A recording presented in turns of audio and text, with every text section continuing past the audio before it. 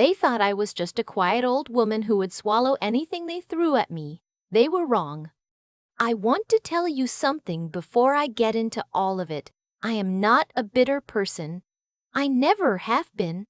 I raised my daughter the way my own mother raised me, with patience, with sacrifice, and with the kind of love that doesn't keep score. I worked 31 years at the same hospital in Mississauga, first as a dietary aide, then as a unit clerk, and finally as a patient services coordinator. I took the bus in January when the wind off Lake Ontario could cut right through you. I packed my lunch every single day. I wore the same winter coat for 8 years because I was putting money away, quietly, steadily, the way my father taught me. Not for myself, for my daughter, for her future. Her name is Annette. She was my whole world from the moment she arrived.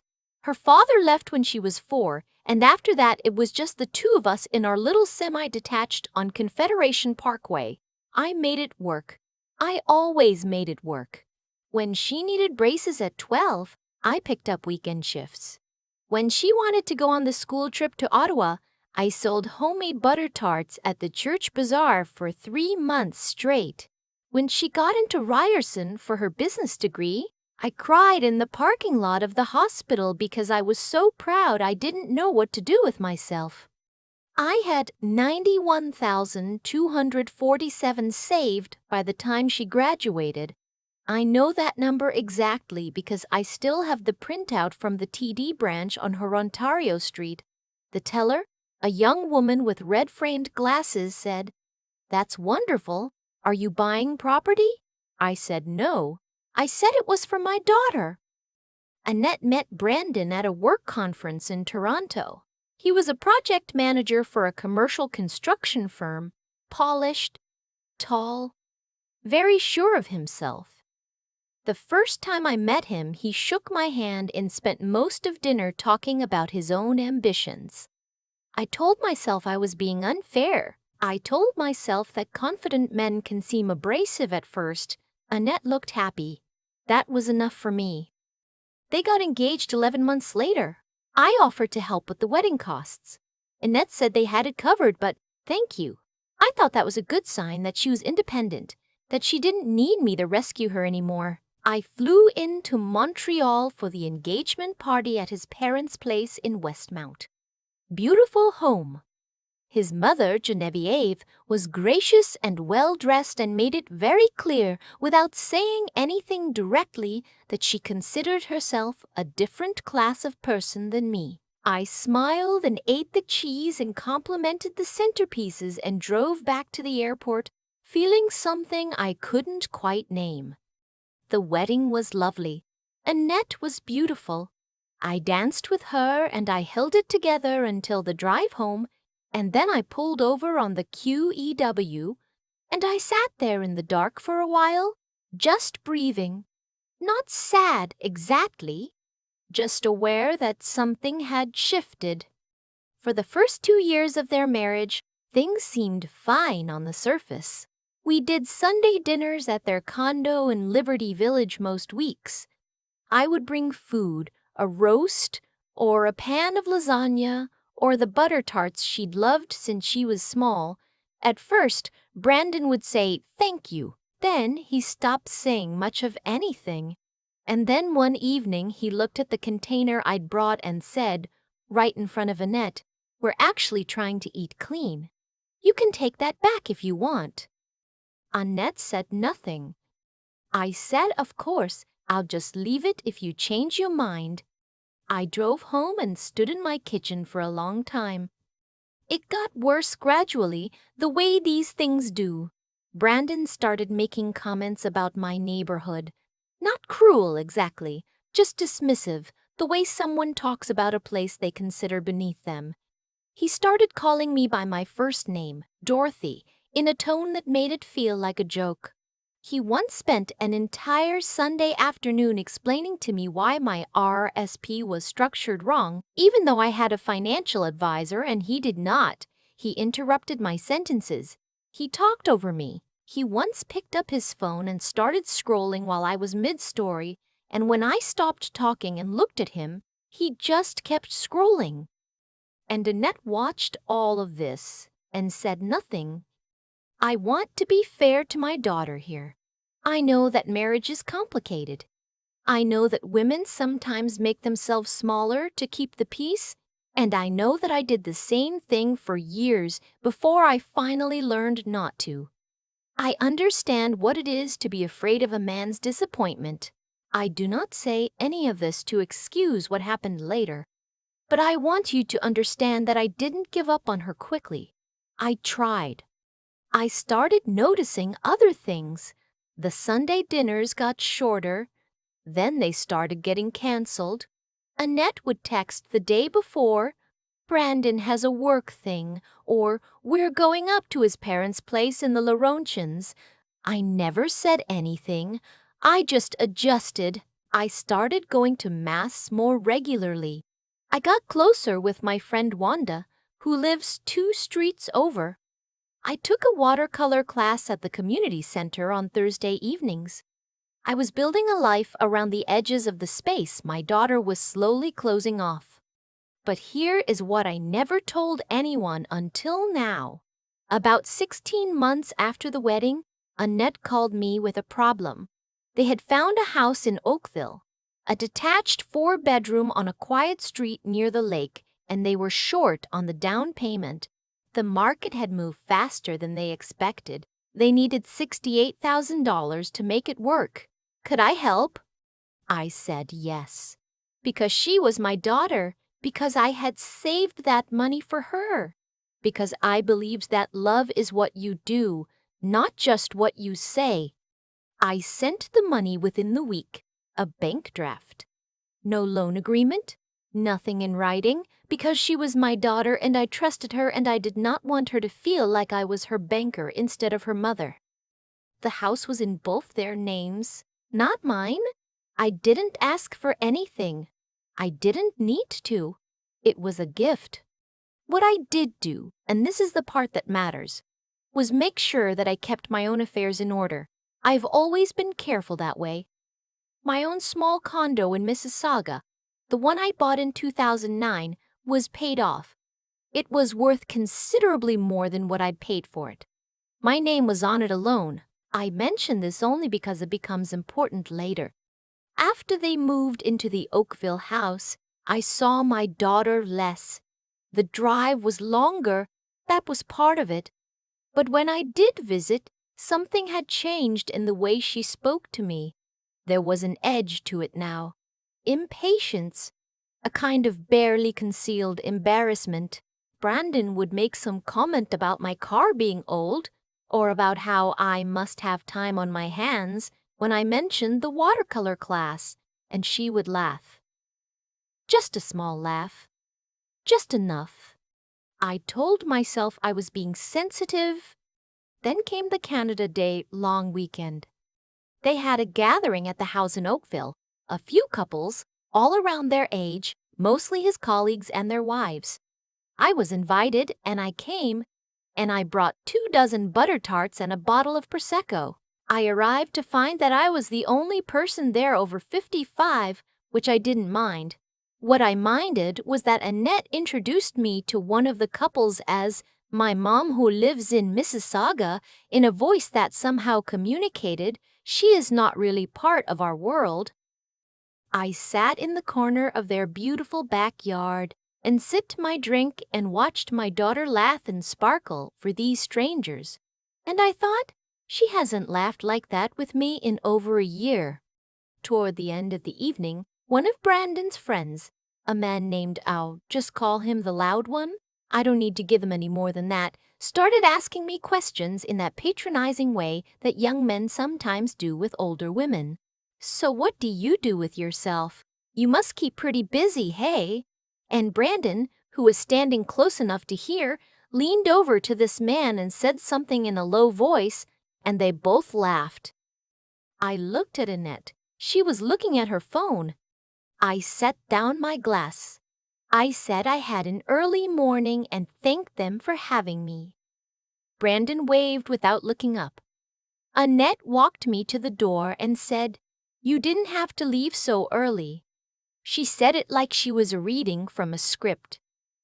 I kissed her on the cheek. I drove home in the dark, listening to CBC radio, and I kept my face very still the whole way. 6 weeks later, I came for a Sunday visit. I had called ahead. Annette said yes, come around one. I made a chicken and mushroom pie, her favorite since she was 7 years old. She used to ask for it every birthday. I arrived to find Brandon's sister and her husband there as well. Nobody had mentioned them. Brandon answered the door and said, "Oh, right, we forgot you were coming." "Not sorry, just a statement of fact." I put the pie on the counter. We sat down to lunch. Brandon's sister, who I had met maybe twice, was talking about a trip they were all planning. Tulum, in March. Annette and Brandon were going too. There was talk of resorts and flights and spending money and restaurant reservations. At some point, the conversation shifted, and Brandon started talking about his mother's condo in Westmount and how it needed renovations and how much it would sell for once it was updated. He said, looking right at me, "Some people are sitting on real estate they don't really need." And he laughed. And Annette laughed. I want you to understand the quality of that silence that came over me in that moment. It wasn't hot anger. It was something colder and very, very clear. I said nothing. I finished my lunch. I helped clear the table, though nobody asked me to. I hugged Annette at the door. She didn't hug me back very much. I picked up the dish the pie had come in. It was my mother's dish, blue ceramic with a small chip on the rim, and I walked to my car.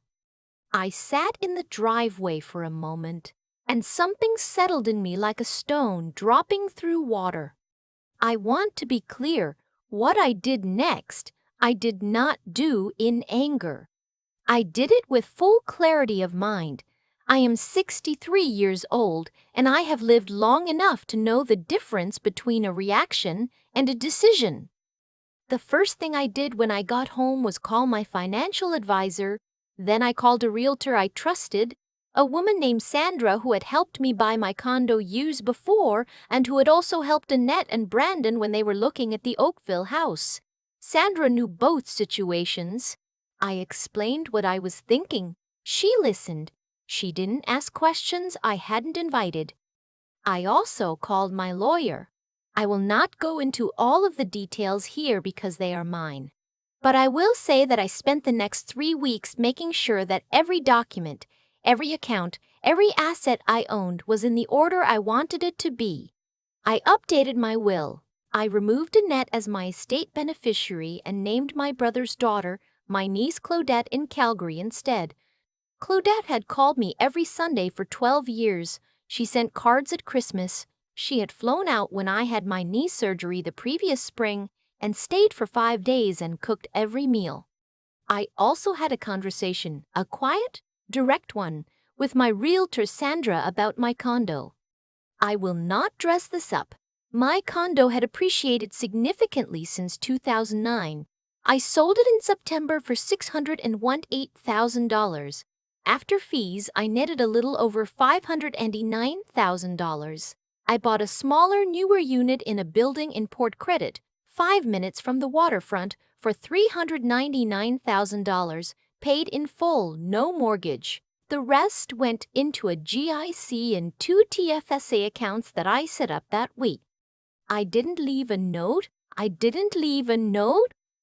She found out from a mutual acquaintance, a woman from our old church who had seen the listing online. Annette called me on a Thursday afternoon. She said, "Mom, did you sell your condo?" I said yes. She said, "Why didn't you tell me?" I said I hadn't felt it was necessary to report my financial decisions to her. She was quiet for a moment. Then she said, "Were you going to tell us?" And I noticed the us. After months of being treated like an inconvenience, suddenly it was us again. I said I'm settled and well, Annette, I hope you are too. She called back 3 days later. This time Brandon was on the call. I could hear him in the background. She asked whether I had any intention of helping them with the mortgage on the Oakville house. I asked her what she meant. She said that when I gave them the $68,000, there had been an understanding, her word, understanding, that I would continue to be supportive. I said I wasn't aware of any such understanding. I said it was a gift made from love with no conditions. There was a long silence. Brandon said in the background, "She's not going to do anything, Anne." I said very calmly, "I can hear you, Brandon." He didn't respond to that. Annette said, "Mom, you have to understand, we're stretched pretty thin right now." I thought about 31 years of packed lunches. I thought about the January buses. I thought about 8 years in the same winter coat. I thought about 8 years in the same winter coat. I thought about a blue ceramic pie dish with a chip on the rim. I said, "I hope things ease up for you. I really do." I hung up. I am not going to pretend I didn't grieve. I did. I cried more than I expected to, mostly in the early mornings before it was fully light, sitting at the kitchen table in my new unit in Port Credit with my tea. I grieved the daughter I thought I had raised. I grieved the dinners and the laughter and the version of the future I had imagined for us. I let myself feel all of that. I did not try to rush through it. But I also want to tell you what my life looks like now. My new condo is on the 8th floor. In the mornings, on a clear day, I can see the lake from my kitchen window. I have a neighbor, a retired school teacher named Pauline. No, I'm not mixing up names. Pauline is not on any list I need to worry about. Who knocks on my door sometimes with something she baked, and we sit and talk for an hour, and is the easiest, most uncomplicated company I have had in years. I still go to my watercolor class. I have gotten better. My instructor says I have a feel for water and light. I don't know if that's true, but I like hearing it. Wanda and I have started walking the waterfront trail on weekend mornings when the weather allows. We talk about everything and nothing. We stop for coffee at a little place near the marina that puts cardamom in the dark roast. I look forward to it all week. I speak to Claudette on Sundays. She is 38 and funny and sharp, and she calls me Auntie Dot, and she tells me about her work and her life, and she asks how I'm sleeping. She flew out to see the new unit in November, and we went to see a play at the Winter Garden and had dinner afterward at a restaurant that had mushroom risotto, so good I still think about it. Annette sent a card at Christmas. Just a card, a generic one, store-bought. She signed it, Annette and Brandon. There was no letter inside. I placed it on my windowsill and looked at it for a few days, and then I put it in the recycling. I didn't know what the future holds for her. I genuinely hope she is all right. I hope that she has moments of happiness and that someday she thinks about the woman her mother was and understands something she doesn't understand right now. I hold that hope without bitterness. It took some work to get there, but I am there. What I know is this. I spent 6 decades being someone who made herself available and small and grateful for whatever scraps of consideration came her way. And one afternoon, sitting in a driveway in Oakville with a blue ceramic dish in my lap, I decided I was done with that. I did not take anything that wasn't mine. I did not say anything cruel. I did not make a scene. I simply stopped making myself available to people who had stopped seeing me. And I used the freedom I had spent 31 years building to build something better. The lake is very beautiful in the mornings. I didn't add Eckle where I'm supposed to be. I think about that driveway a lot. sitting in my car with my mother's ceramic dish in my lap, the one with the small chip on the rim, and feeling something settle in me that had been unsettled for a very long time. It wasn't anger, it was clarity. And I've come to believe that clarity is one of the most honest things a person can arrive at if they're willing to sit with the discomfort long enough to let it speak. What happened between Annette and me didn't happen in a single afternoon. It happened in 100 small moments that I excused because I loved her and because I thought love meant absorbing whatever someone gave you, good or bad. That is not what love means. I know that now. Love without self-respect is not a virtue. It's a habit. And like most habits formed in fear, it costs you more over time than you ever agreed to pay. I spent 31 years making careful decisions. I took the bus when I could have borrowed. I packed my lunch when it would have been easier not to. I wore the same coat for 8 winters, not because I had to, because I understood that how you treat your resources reflects something about your character, about the kind of person you are when nobody's watching.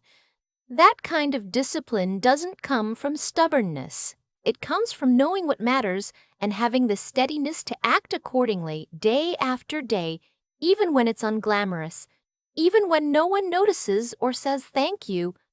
And then I watched the daughter I raised, with those same values, use what I built to furnish a life in which I was an afterthought. I watched Brandon make small, cutting remarks, and I watched Annette saying nothing. And for too long, I said nothing either. That was my part in it. I don't say that to blame myself.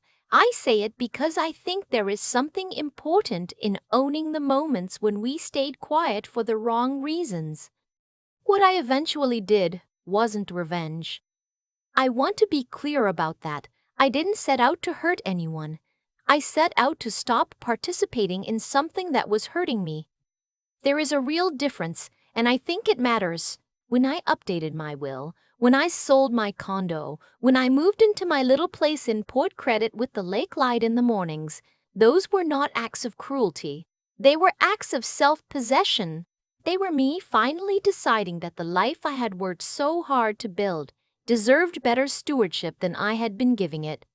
Claudette calls every Sunday. Wanda and I walk the waterfront trail. My watercolor instructor says I have a feel for water and light. These things are not consolation prizes. They are the actual life. The one that was waiting for me once I stopped shrinking myself to fit into spaces where I wasn't truly welcomed. I think about what I'd say to someone sitting in their own driveway right now, holding their own version of a chipped ceramic dish. I'd say, the years you spent building something real are yours. The care you gave was real. The love was real. None of that disappears when someone fails to honor it. But you are more than allowed, to decide that the next chapter gets written on your own terms. That is not hardness. That is wisdom earned the long way. And the lake in the mornings is very beautiful.